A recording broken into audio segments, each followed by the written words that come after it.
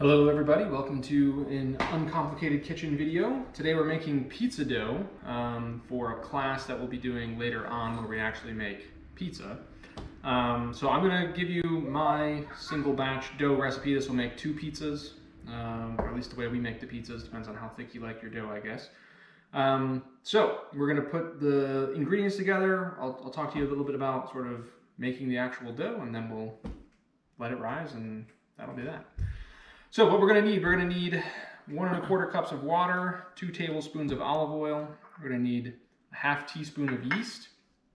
We're going to need 2 tablespoons of sugar, and we are going to need 1 teaspoon of salt. I do a heaping teaspoon because we like salt in this house, as I'm sure you know. But you know, 1 teaspoon is fine. So what we do, we put the wet ingredients in our mixing bowl first. So that is 1. All right, so we just added 1 1/4 cups of water and 2 tablespoons of olive oil. We are going to add our ½ teaspoon of yeast. That is, it may sound like an incredibly small amount of yeast. That's because we want this dough to rise for a long time. We don't want it to rise too quickly. This is going to help to prevent those big bubbles from happening in your pizza when it's in the oven. Which I love those bubbles. That's some Jenna's people, disclaimer. Yeah, some people really love the bubbles, but they don't make for great pizza. Pizza pros say that you shouldn't have those bubbles. Yeah, so we are going to do a slow rise on this dough. You can even make this dough up to 3 days in advance as long as you let it rise in the fridge instead of on the countertop. We're going to make this pizza later tonight, so ours is just going to sit out on the countertop and rise. But yeah, that's why we have such a small amount of yeast. All right, so we're adding the sugar. I am just going to whisk that together real quick, just so it's nicely combined. But you need to be careful when you're doing this because it's whiskey business. Oh. But okay. And you can really use any kind of sugar if you like, you know, just white sugar, that's fine. You use coconut sugar, that's fine. It'll just give you a little bit more of a molasses-y kind of flavor to it. All right, and then we are going to actually add our salt last, so we will hold off on that for the moment. So the next thing we need to do is we need to put in our flour. The best flour to use for this is bread flour. If you have it, that's a great way to go. I do not have bread flour in the house right now, so we are going to use all-purpose flour. All-purpose flour works great, so it's totally fine. I would not use pastry flour if you have that. It's just got less protein in it. Bread flour has the most protein. All-purpose flour has... Which is why it's awesome for this, because it's chewy. Yeah, exactly. The more protein, the chewier, right? That is correct. Chewy. So all-purpose is kind of in the middle, and then pastry flour has the least amount of protein in it. Which is why it's good for cakes. Which is why it's good for cakes and other kinds of pastries. So we are doing 1 pound of flour here. So we may need to add a little bit more as we go. It depends, you know, it depends on how accurate I was with our liquid measurements. But you know, usually 1 pound will do it, or, you know, a little bit more. I'll add more if we need to.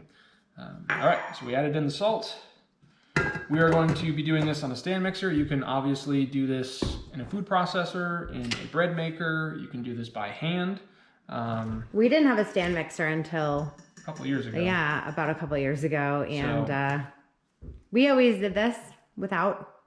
Yeah, it comes out just fine. It just takes a little more elbow grease, but that's not necessarily a problem. And we've got greasy elbows. And we've got lots of grease in our elbows. So, all right. So I'm just going to pop this on the lowest setting. Of course, it's been unplugged because our daughter was in here earlier. It's her favorite game. All right, try that again. And here we go. So I'm just going to let this come together, and then I'm going to let it knead for a little while. I'm going to check and make sure it's not too sticky. As with all of our, maybe not all of our doughs, but a lot of our doughs, we want the dough ball to pull the excess flour away from the sides of the bowl. And as long as it's doing that, we know it'll hold its shape. And that's all we really need. So I'm going to let this go, and you know, we'll see how it turns out. It's looking pretty good so far.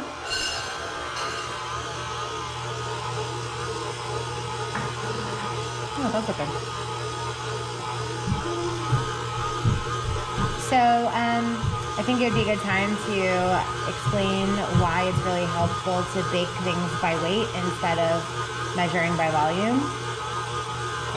Yeah, so I, at least for flour, like to go by weight because it's just much more accurate.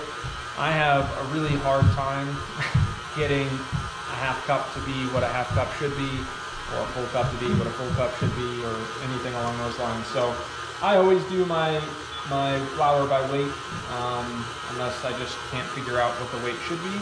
But even then you can Google it and it'll usually tell you pretty accurately what the difference is. It's just a lot easier to guarantee accuracy when it's by weight. Weight is not negotiable. Volume is very fluid. Yeah, so it's just going to give you more consistent results from one pizza night to the next, or one, whatever you're making. And we have a lot of pizza nights. All right, so if you look at this, you can see it's pulling away from the sides. But what if it's stuck to the bottom a little bit? Does that matter? It doesn't matter. I'll just stop this right now. This is not ready yet, but it's still nice and elastic. And in fact, we might even add a little bit more flour to this. We're going to let it go for a bit because it still needs quite a bit of kneading. But this is what we want. This is looking good. I will probably end up adding maybe a couple of tablespoons of flour to this still.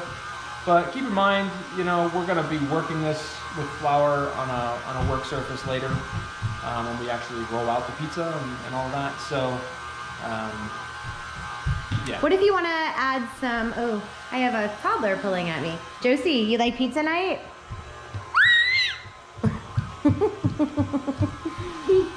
So what about adding mix-ins? Like we've added some garlic in. We've definitely done herbs at different times. Sure. I think our classic though, our usual standard fare is plain old, unadorned pizza dough crust, or Yeah. If you want to add in some kind of seasoning to your dough, great. We've definitely done that. I think we've done oregano once, and I think we've done garlic. Yeah, we've done like the classic Italian seasoning blend kind of thing. Yeah. Granulated garlic. If you do garlic, everybody, just make sure to do the granulated and not fresh garlic. Yeah, so I would say, now's the time when you'd want to add that, when you're kneading it. But that's great. Yeah, if you want to do a seasoned dough, I don't see any reason why you shouldn't. I think that's a great thing to do. It'll give your dough a little extra flavor, and as long as you don't go crazy on it. I mean, I wouldn't add more than a couple of teaspoons of whatever it is you're doing. No, not too much. Josie, don't unplug that. Not unplug Joey, see, this is what happens. This is why we have an unplugged mixer. Okay, so we have our dough. We added about, I would say maybe a tablespoon and a half of flour to this as it needed, which made it nice and purty. So I'm just going to turn this out of the bowl here. And I've got just a little bit of flour, maybe, I don't know, a teaspoon or so of flour on the countertop here. We're just gonna knead this a little bit. I just like to knead it by hand a little bit, shape it into a dough ball before we pop it in a bowl. We'll just pop it in this bowl, I'll wash it out and put it in. And we'll call that good to go. So we're just gonna give this a little bit of a working. It's nice, soft dough. It shouldn't be sticking to your hands. It shouldn't be sticking to the countertop at all. If it is, then sprinkle some more flour on your hands and on the work surface and work it in until it stops sticking to stuff, essentially. There's a couple little drops of water and stuff on here. I just use this to kind of clean up the work surface. It's like an eraser. It's like an eraser, yeah. It's like, you can erase with like silly putty or something. It's kind of similar to that, I guess. So we just work it a little bit, make sure it's in good shape. And then we will set it aside for rising. And like I said before, this is gonna rise basically all day. So we usually will make this, 9 or 10 in the morning. Now you could make it earlier than that if you wanted to. And then we'll just set it on the countertop, cover it over to rise. And you just oil the bowl, right? Yep, you oil the bowl. You don't want your dough to stick to the bowl as it's rising. That's not a great idea. You're really getting after it. Yeah. So yeah, you want it to rise basically all day. And what we want is a nice slow rise out of this dough. That's why we only added that ½ teaspoon of yeast. And that's gonna prevent it from bubbling up a lot in the oven when we bake it, which is a good thing. I don't know where your pink cup is, big girl. Oh, it's over there on the other side of the chair. Oh, go get it. Can you go find it?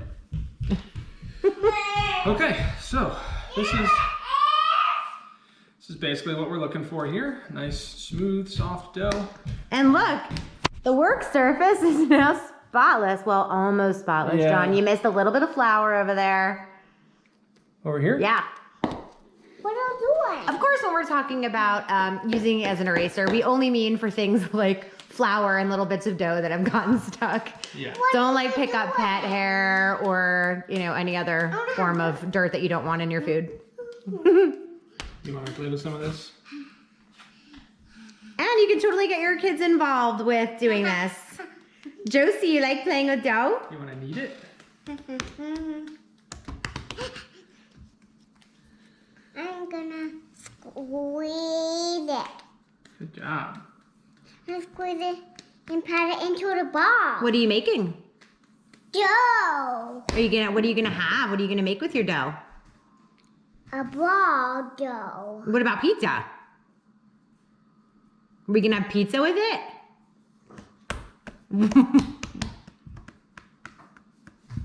Very good. Okay, so I will clean this out. I'll spray some or squirt some oil in there, grease up the sides, grease up the top of the dough ball, and then we'll just cover this with either a damp towel or a piece of cling wrap, much like how this one is. Look at that shiny dough ball. Tonight, when we're ready to have pizza, we'll be ready to go. Your dough may, depending on how long you're actually rising it for, it may rise up to the point where it's spilling over the sides. If that happens, just, peel back the towel or the cling wrap, punch it down, cover it back up, let it go back at it. Okay. So we'll see you all for pizza night and enjoy your dough making. And let us know if you have any questions. We're here to help. You know how to find me. Okay, bye.